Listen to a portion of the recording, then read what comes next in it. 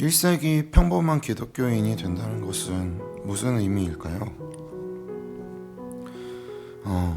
우선 여기에 대한 사회적 역사, 그러니까 소셜 히스토리가 필요한 것 같아요. 왜냐하면 바울이 세운 에클레시아라는 것 자체가 도시 속에 있었기 때문이죠.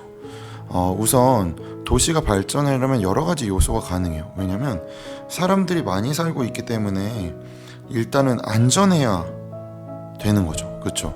그렇기 때문에 전쟁이 잦거나 이런 침략이 많은 경우에는 도시가 발달할 수가 없어요. 그런데 로마가 키워지는 방식, 로마가 큰 방식은 도시를 짓기 시작했다는 거죠. 그렇기 때문에 로마는 여러 가지들의 도시들이 함께 모여 있는 시스템으로서 자신들의 큰 제국을 이루는 방식이었다는 거예요. 그렇기 때문에 이 로마 안에 있으면 이 안에 있는 사람들은 안전한 사람이 되는 것이었던 거죠.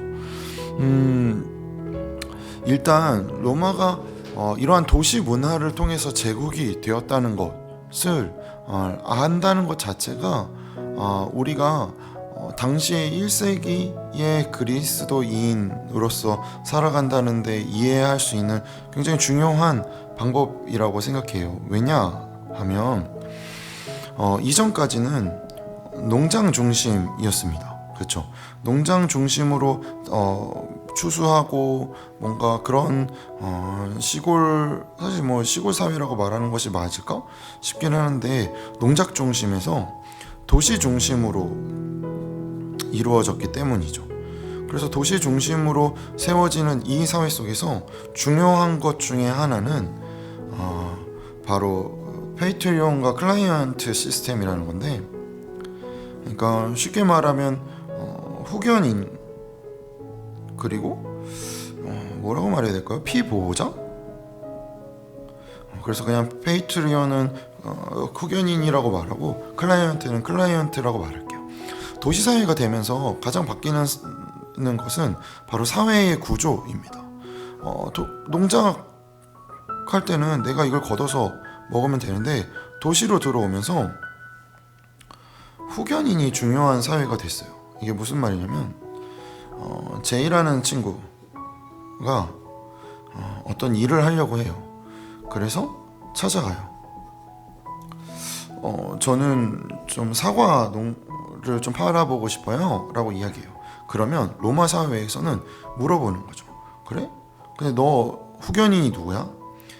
제 후견인은 사실 P라는 분이에요. 아니, P가 네 후견인이라고? 그래, 장사해 하는 이런 후견인과 피보호자 제도가 이 도시 사회를 이루는 굉장히 중요한 시스템이었어요. 그렇기 때문에 이 후견인 위에는 또 다른 후견인이 있고, 그리고 이 후견인 위에는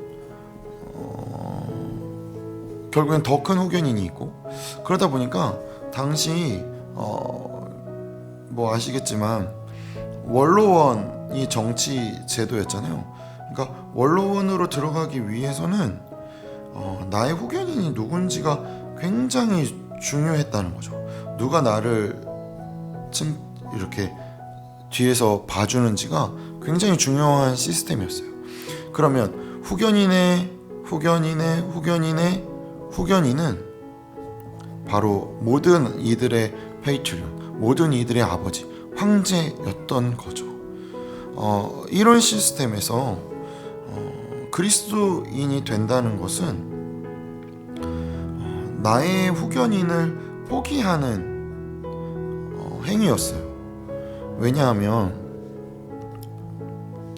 내가 예수 그리스도를 믿는 순간 예수 그리스도를 통해서 나의 후견인은 더 이상 이러한 사회적인 시스템, 황제가 아니라 나는 이제 예수 그리스도가 나의 아버지이시고 나의 주이시고 나의 후견인이 라는 고백을 하는 공동체가 되는 것이었기 때문이죠. 그러니 예수 그리스도가 나의 후견인, 내가 사는 것이 나의 필요가 예수님에게 있다라는 것을 실질적으로 하니 만약 다시 여기로 돌아가서 사과를 팔고 싶어요. 그래서 사과를 팔려고 물어봤어요. 그런데 너 후견인이 누구야? 저는 이제 더 이상 이런 사회적 시스템에서 살지 않아요. 내 후견인은 예수 그리스도예요 라고 고백하는 순간 그래? 너는 안 돼 가 되는 거죠. 사회에서 살 수가 없었어요. 그렇기 때문에 에클레시아라는 이 공동체에서 성찬 문제가 굉장히 중요하게 이야기되는 이유가 바로 이 생존과 연결되어 있는 거죠. 왜냐하면 일주일에 한 번씩 혹은 이렇게 주중에 모여서 같이 함께 밥을 먹는 행위가 사실 하루 안 먹으면 살 수 있잖아요. 그런데 일주일을 안 먹으면 살기가 힘들어요.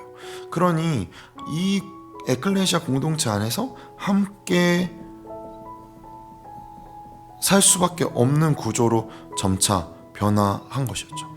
그러니 1세기의 그리스도인으로 산다는 것 자체가 당시 로마의 시스템에서 나와서 진정한 그리스도인으로서의 삶을 살기에는 굉장히 어려운 상황이었다는 겁니다. 그러면 지금 우리가 생각해 보게 되겠죠. 우리에게 이 후견인 시스템, 우리는 누구를 후견인으로 두고 있습니까? 우리는 무엇에 의지하면서 살고 있을까요? 우리는 과연 로마가 아니라 이 21세기 사회에서 우리는 무엇에 의지하여 그리스도인으로 살아가고 있는지 생각해 봅시다. 그리고 우리가 의지해서 살아가는 것, 우리의 후견인은 과연 누구인지 점검해 보며 나의 신앙은 무엇을 향하는지 바라보기를 원합니다.